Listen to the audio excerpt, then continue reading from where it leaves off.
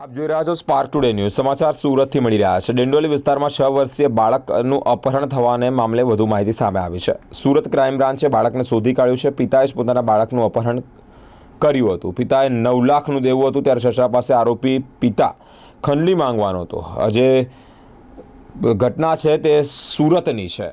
ગઈ તારીખ 6 જુલાઈ 2024ના રોજ જીજ્ઞાનગર ડિંડોલી પાસેથી તારાચંદ ઉત્તમ પાટીલના એક 6 વર્ષના બાળકનું કિડનેપ થયો હતો। 6 તારીખે આ બાળક ગુમ થતા એના પિતાજીએ 7 તારીખે પોલીસને ઇન્ફોર્મ કર્યા હતા। તમામ પોલીસ રથયાત્રા બંદોબસ્તમાં રોકાયેલી હતી।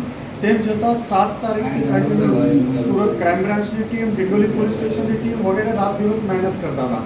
આ તપાસ દરમિયાન આના સીસીટીવી ફૂટેજના એનાલિસિસ કરતાં ખબર પડી કે તારાચંદ ઉત્તમ પાટીલે જ પોતાના છોકરાને કિડનેપ કર્યો હતો અને પોતાની બેન જ્યોતિ અને એક મિત્ર કરણ મારફતે આ છોકરાને બુલધાણા મહારાષ્ટ્ર મોકલી આપવામાં આવ્યો હતો। ગઈ મોડી રાત્રે આજ વહેલી સવારે 3 વાગે સુરત ક્રાઇમ બ્રાન્ચની ટીમ અને ડિંડોલી પોલીસની ટીમે એને નંદુરબાર પાસેથી ચાલુ ટ્રેનમાંથી એક છોકરાને આઈડેન્ટિફાઈ કરી અને બાળક અને એની સાથે કિડનેપિંગ કરણને બંનેને પકડી પાડવામાં આવ્યા હતા। આ ગુનાનો મોટિવ જોતા એવું પ્રાથમિક દ્રષ્ટિએ લાગતું હતું કે જ્યારે એની મધર અને ફાધરને બનતું નહોતું અને એના ઉપર પ્રેશરાઇઝ કરવા માટે એના ફાધર ઉપર દેવું 9 લાખ રૂપિયાનું થઈ ગયું હતું, તો આ એના સસરા પાસેથી રેન્સમ માંગવા કે ખંડણી માંગવાનો પણ એક એંગલ આમાં હોઈ શકે એવું પ્રાથમિક દ્રષ્ટિએ જણાઈ આવે છે।